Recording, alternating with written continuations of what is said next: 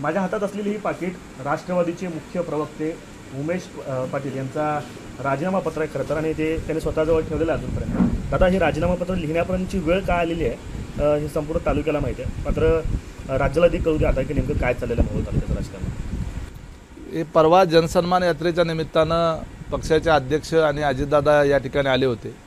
मोहोळ तालुक्यातली परिस्थिती फार वेगळी आहे.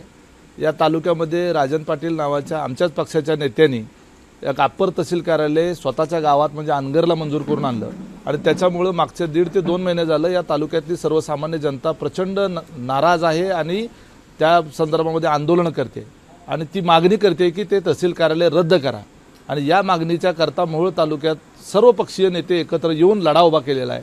आणि अजितदादांना त्या ठिकाणी त्या दिवशी मोहोळ बंद पुकारून मोहोळ तालुक्यातल्या जनतेनं राजन पाटलाच्या या निर्णयाला आमचा पाठिंबा नाही, आम्हाला अजितदादांचा विरोध नाही परंतु राजन पाटलाला मात्र आमचा विरोध आहे, हे तालुक्यातल्या जनतेने कडकडीत बंद पाळून त्या दिवशी सिद्ध केलेलं आहे.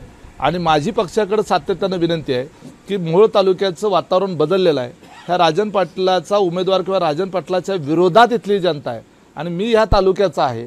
मी पक्षाचा राज्याचा मुख्य प्रवक्ता असलो तरीसुद्धा या माझ्या मतदारसंघाप्रती ही माझी जबाबदारी आहे. मी इथला लोकप्रतिनिधी आहे, मला शेवटी लोकांच्या समोर मला जायचं आहे. अशा परिस्थितीमध्ये तुम्ही राजन पाटलाला बाजूला करा, यशवंत माने पुन्हा निवडून येणार नाहीत हे सातत्यानं पक्षांतर्गत मी बैठकांमध्ये सांगतोय, परंतु पक्ष पुन्हा पुन्हा त्यांना पाठीशी घालतोय आणि हे मला व्यक्तिशः मान्य नाही.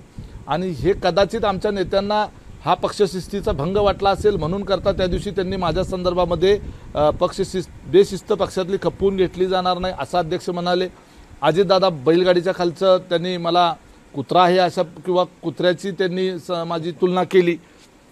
त्यामुळे मी हे पक्षाचे वरिष्ठ आहेत, मी ते माझ्याबद्दल काय बोलले याचा मी काही त्याच्याबद्दलचा राग बाळगणार नाही. मला काही कुठला अहंकार आहे म्हणून मी भूमिका घेतली नाही, पण तर माझ्या संदर्भात पक्ष नेतृत्वाची अशी भावना असेल तर त्या पदावर राहणं हे मला योग्य वाटत नाही.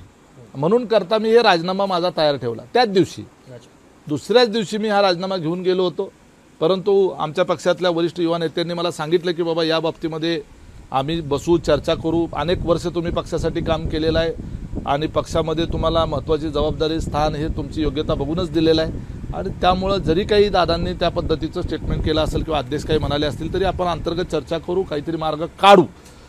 आणि त्यांच्या विनंतीचा मान ठेवून मी हे परत माझ्याजवळ पत्र आणलेलं आहे. परंतु हे राजीनामा जो आहे, ह्या राजीनाम्याचं पत्र मी माझी मानसिकता केलेली आहे की पक्षाच्या मुख्य प्रवक्ता पदाचा आपण राजीनामा देऊया. अध्यक्ष पक्षाचे स्वतः माझ्याच गावात माझ्याच तालुक्यात येऊन आणि स्वतः राष्ट्रीय अध्यक्ष अजितदादा, माझे नेते अजितदादा, त्यांची जर माझ्याबद्दलची भावना जर नकारात्मक असेल तर त्या पदावर राहण्यामध्ये अर्थ नाही. दादा, खरं तर अजितदादा जिथं असतील तोच माझा पक्ष म्हणून तुम्ही कायम राहिलात. राष्ट्रवादीत असताना राष्ट्रवादीत 2 गट पडले तरी तुम्ही कायम सोबत राहिलात. पुढं सत्ता येईल नाही येईल काय होईल तरी तुम्ही अजितदादांच्या सोबत होतात. राजीनामा पत्र तुम्ही सोबत घेऊन गेलात, त्याच्यानंतर देखील आज एक निवड होते. राजन पाटील ज्यांचा तुम्ही विरोध करताय त्यांना सहकार परिषदेचं अध्यक्ष केलं जात आहे. म्हणजे पक्षात कुठलीच गोष्ट तुमची ऐकली जात नाही आता दिसतंय. तर तसं म्हणजे किमान या मोहोळ तालुक्याच्या संदर्भानं जर विचार केला तर पक्षामध्ये या मोहोळ तालुक्याच्या पुरतं माझं अजिबात ऐकलं जात नाही, ही वस्तुस्थिती खरी आहे. राज्यस्तरावर म्हणाल तर मी अनेक निवडी सुचवल्या, वेगवेगळे राज्याचे अध्यक्ष माझ्या सांगण्यावरनं अजितदादांनी केलेले आहेत, वेगवेगळे पदाधिकारी माझ्या सुचवण्यावरनं घेतलेले आहेत. एवढंच काय की माझ्या सांगण्यावरनं अजितदादांनी काही जणांना विधानसभेची तिकीटं दिली, अजितदादांनी त्यांना निवडून देखील आणलं. माझ्या कार्यकारिणीतले 7 जण आमदार झाले, त्यातले 2 जण मंत्री झाले. काही जणांना मी सुचवल्यानंतर दादांनी मंत्रीसुद्धा केले. म्हणजे माझं ऐकलं जात नव्हतं का, तर ऐकलं जात होतं. परंतु या मोहोळ मतदारसंघाच्या बाबतीमध्ये मात्र त्यांचा राजन पाटलांवर अतिविश्वास आहे आणि त्याला कारण पण तसं आहे, कारण त्यांनी 6 वेळा यापूर्वी इथला आमदार निवडून आणलेला आहे. ही वस्तुस्थिती आहे, ही फॅक्ट आहे. परंतु आजची परिस्थिती बदलली आहे हे ते समजून घ्यायला तयार नाहीत. हे मी त्यांना सातत्यानं सांगतोय. जर या ठिकाणचा उमेदवार उमेश पाटलांनी सुचवलेला दिला किंवा उमेश पाटलाच्या नेतृत्वामधला जर इथं उमेदवार माझ्या पक्षाने दिला तर तो मी 100% निवडून आणू शकतो. तालुक्यातलं वातावरण राजन पाटील ज्या बाजूला असतील त्याच्या विरोधातला उमेदवार निवडून येणार हे तालुक्यातलं वातावरण आहे, हे तालुक्यातलं नेरेटिव्ह आहे. आणि हे कशामुळे आहे तर त्या राजन पाटील आणि त्याच्या 2 मुलांच्या या तालुक्यावर जे अन्याय अत्याचार जे चालवला आहे त्यांनी, आणि जी लुबाडणूक चाललेली आहे, जी छळ चाललेला आहे, जे वेगवेगळे अनेक प्रकारचे चाललेले आहेत. राजन पाटील मध्यंतरी म्हणाले की माझे लग्नाच्या अगोदर लपडी करणारी आमची खानदानी पाटलाची पोर आहेत आणि आम्हाला त्याचा अभिमान आहे म्हणले. त्यामुळे त्या राजन पाटलाच्या अशा वक्तव्यानंतर त्यांच्या मुलांना ज्यांनी मुली दिल्या त्या बापांना काय वाटलं असेल की आपल्या मुली अशा घरात दिल्या की ती मुलं लग्नाआधी लपडी करणारी पोरं आहेत आणि बाप सांगतोय त्याचा आम्हाला अभिमान आहे म्हणून. माझी पोरं 17 वर्षी 302ची कलमं भोगलेले आहेत. म्हणजे असं गुन्हेगारीचं समर्थन करणारा हा व्यक्ती आणि त्याच्या व्यासपीठावर बसून माझ्यावर टीका केली जाते. त्यामुळे पक्षामध्ये हे काय जे चाललेलं आहे ते काय मला पटलं नाही. मोहोळ तालुक्यापुरता हा मर्यादित विषय आहे. मी आधी सातत्यानं सांगत आलो. बरं, मी पक्षाची भूमिका मांडायला कुठं कमी पडलो? पक्षाची बाजू घ्यायला कुठं कमी पडलो? अजितदादाच्या संदर्भामध्ये माझं आयुष्य हे समर्पित भावनेनं मी काम केलं. ह्या पक्षाकरता मी समर्पित भावनेनं पूर्ण वेळ काम केलं. मी माझा व्यवसाय, धंदा, उद्योग असलं काय करत पार्ट टाइम पॉलिटिक्स केलेलं नाही, पार्ट टाइम मी राजकारण केलेलं नाही, पार्ट टाइम पक्षाचं काम केलं नाही. आणि मी काय पक्षाचा लाभार्थी नाही. मला कुठलं महामंडळ दिलेलं नाही, मला कुठली विधान परिषद दिलेलं नाही, मला कुठली कमिटी दिलेली नाही.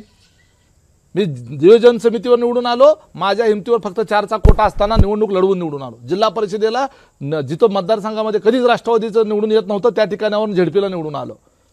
पक्षाने मला युवकांचा प्रदेशाध्यक्ष, मुख्य प्रवक्ता अशी वेगवेगळी पदं दिली, संघटनेचं काम दिलं. लाभाचं पद आजपर्यंत कधी मला दिलेलं नाही. त्यामुळे मी पक्षाचा लाभार्थी नाही आहे. जर असेल लाभार्थी तर अजितदादांनी मला जी काही संधी दिली, ही संधी हाच माझा फक्त लाभ आहे. अजितदादांनीच मला मोठं केलं, अजितदादांनीच माझं नाव मोठं केलं, मला संधी दिली, मला ताकद दिली. माझी अनेक कामं सुद्धा त्यांनी केली. माझ्या पाठीशी ते खंबीरपणे उभे राहिले. पक्षांतर्गत विरोध असताना ते उभे राहिले अजितदादाला. त्यामुळे दादा काय बोलले ह्याचं मी वाईट वाटून घेत नाही.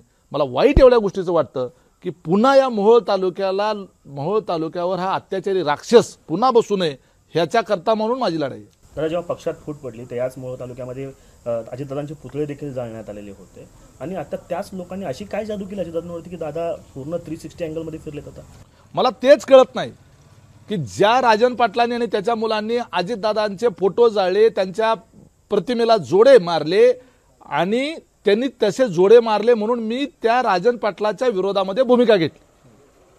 त्यावेळेला तुम्ही पाटेचा शपथ घेतली चुकीची, बरोबर, ती नंतरचा विषय आहे. परंतु तुमच्या त्या भूमिकेच्या पाठीशी उभा राहणारा उमेश पाटील होता. त्यावेळेला राजन पाटील नाही तुमच्या पाठीशी उभा राहिला, उलट राजन पाटलांनी तुमचे पुतळे जाळले.